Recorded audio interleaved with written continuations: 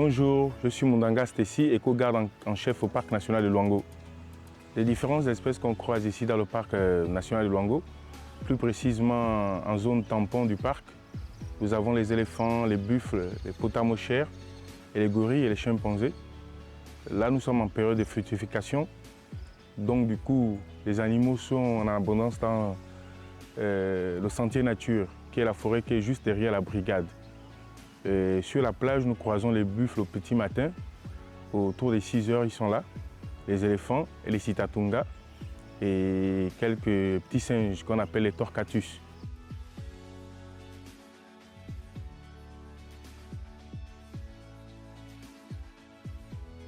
Dans l'écomusée, nous avons plusieurs espèces d'os que nous avons récoltées. Nous avons aussi les empreintes des différentes espèces comme le chimpanzé, le gorille, la panthère, le pélican et les crocodiles nains. Ici, nous avons l'empreinte du chimpanzé, le Panthroglodites, ça son nom scientifique. Ici, nous avons la panthère, qui est Panthera panthera. Ici, nous avons Hippopotamus, l'hippopotame. Nous avons le pélican, ici. Et nous avons les aigrettes. Et ça, nous avons l'empreinte du gorille. Ici, nous avons le squelette du lamantin. Lamantin, c'est un mammifère qui vit dans les eaux douces, mais il respire en surface. Ça existe encore ici, dans le Parc national de Luango. Nous avons les ossements complets d'un hippopotame, dont j'ai assisté à la mort. C'était au cours d'un combat face à un mâle comme lui. Ils étaient en train de vouloir s'arracher une femelle. Donc du coup, lui, il était plus faible que l'autre. L'autre l'a perforé le crâne et il est mort. Ici, nous avons l'espèce, le crocodile nain. Il fait partie des espèces qui étaient intégralement protégées, mais avec la nouvelle liste des espèces intégralement protégées, il ne fait plus partie. Ici, nous avons le crocodile du Nil qui est toujours dans les espèces intégralement protégées. Nous avons le buffle qui est partiellement protégé maintenant. Il était intégralement protégé. Aujourd'hui, il est partiellement. Nous avons les sitatunga. Les sitatunga, on les trouve sur la plage entre l'embouchure et le village Setekama. C'est les cornes d'un sitatunga mâle. C'est différent d'une femelle. Ici, nous avons un grand éléphant mâle qui avait des grandes pointes d'ivoire, qui avait tendance à fouler le sol. Ouais, ça existe encore chez nous au Gabon. Des grands éléphants. Ici, nous avons le crâne d'un potamochère. C'est lui qu'on appelle vulgairement le sanglier. On n'a pas les sangliers au Gabon. Ici, nous avons le crâne d'un torquatus. Et ici, nous avons le crâne d'un nyctitans. C'est des petits singes qui existent dans la forêt du Parc national de Luango. Ici, nous avons le Colobus satanas. C'est un petit singe aussi qui existe. Il est très noir, mais il vit sur le sommet des arbres. Ici, nous avons le crâne d'une lutte, une tortue lutte. C'est une tortue lutte. Ici, nous avons le crâne d'un chimpanzé. Et ici, nous avons les squelettes complets des... Bon, il manque le crâne, les squelettes d'un gorille. Là, c'est le squelette d'un gorille que nous avons ici. Ici, nous avons la mâchoire d'une baleine à bosse. Et elles échouent souvent sur la plage lorsqu'elles s'accouplent.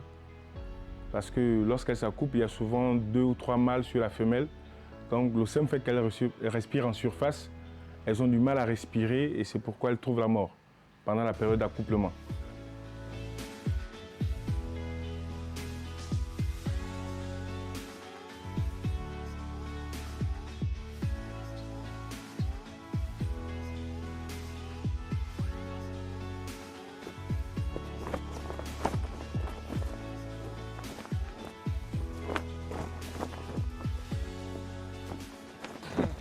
Où l'on va, où l'on va? Là, on s'y rend du côté de cette tombe. C'est complètement sur la plage. Mais on va essayer je vais essayer de vous présenter l'histoire de cette tombe. C'est les tombes de qui? Des Portugais, Français, Anglais.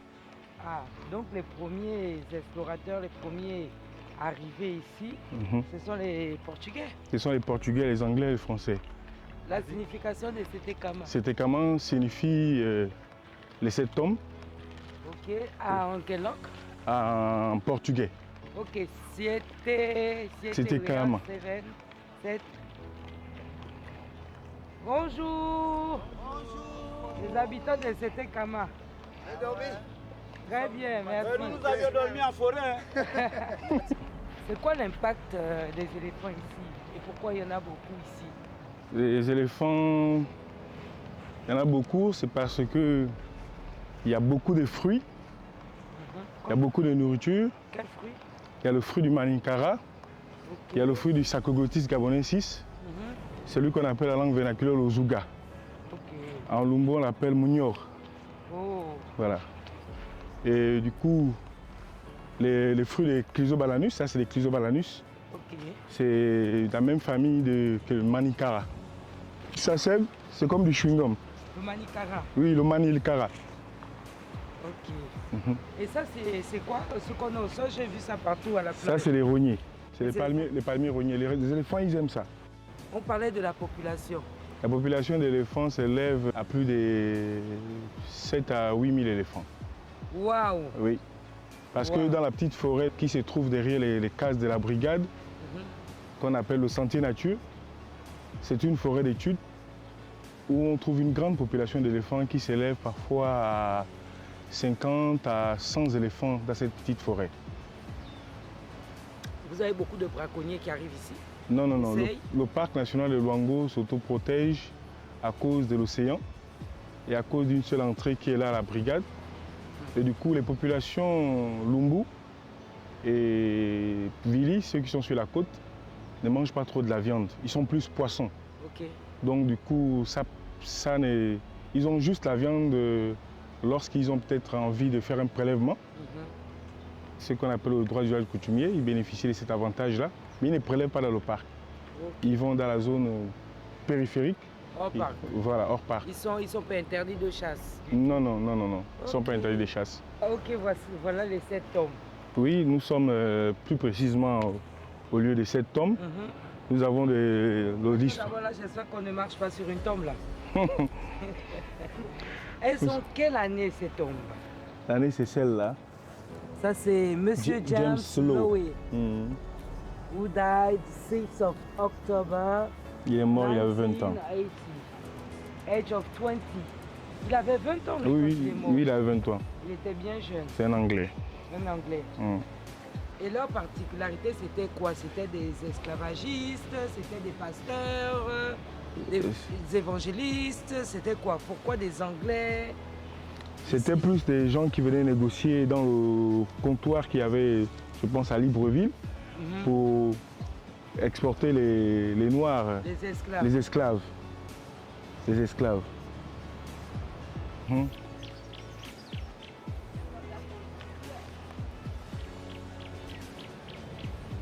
Apparemment, c'était un militaire, lui.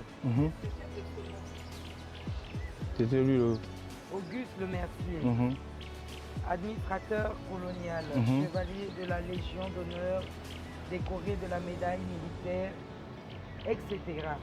Nous sommes en période de ponte et de tortue de mer. Donc du coup, les prédateurs sont là sur la plage, ils patrouillent. Les mangoustes, les marais, les civettes, et les varans et les crabes fantômes passent leur temps à manger, prédater les nids des tortues marines. Un message pour les Sud-Africains, un message pour les Brésiliens, pour les Français, les Australiens, pour pouvoir faire vivre un peu Setekama. Le message, c'est que Setekama, c'est d'abord le Gabon en général, c'est un pays qui est assez hospitalier. Et du coup, les Brésiliens et les Sud-Africains, ils ont le bien vivre ici parce que la population des Setekama, c'est une population très accueillante et respectueuse.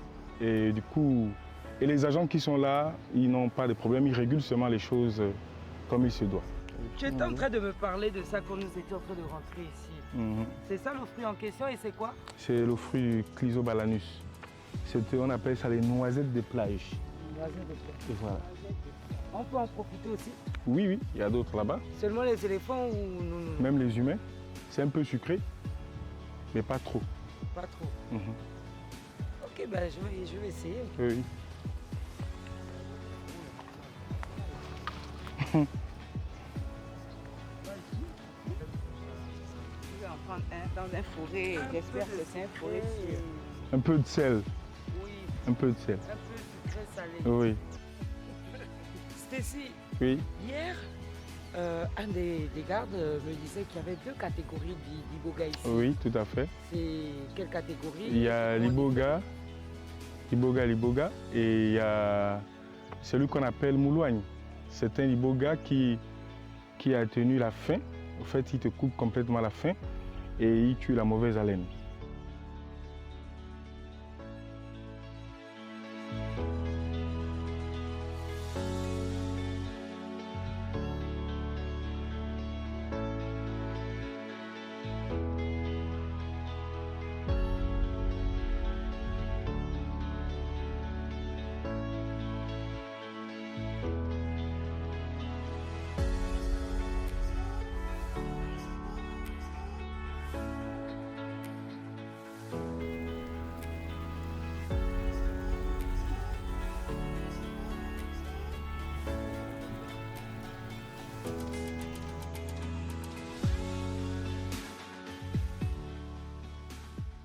C'est un coin magnifique, surtout ici à cette Gamba.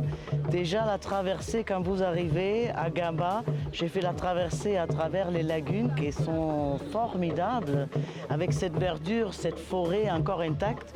Et puis arriver ici, dans ce petit village où il y a du tourisme communautaire, c'est un lieu très paisible. Déjà la plage qui est infinie, et puis l'embouchure où on fait de la pêche sportive. Nous avons vu des animaux, mais vous voyez les hippopotames, mais très près. Et aussi les éléphants. Il y a beaucoup d'éléphants qui vont directement sur la plage. Et malheureusement, on ne les a pas vus surfer, parce qu'ici c'est connu pour les hippopotames qui surfent. Ça sera pour la prochaine fois. Et la pêche. C'est spécial, à l'embouchure, les poissons sautent dans tous les sens et c'est vraiment quelque chose d'extraordinaire. Ils disent que c'est un des spots les meilleurs au monde.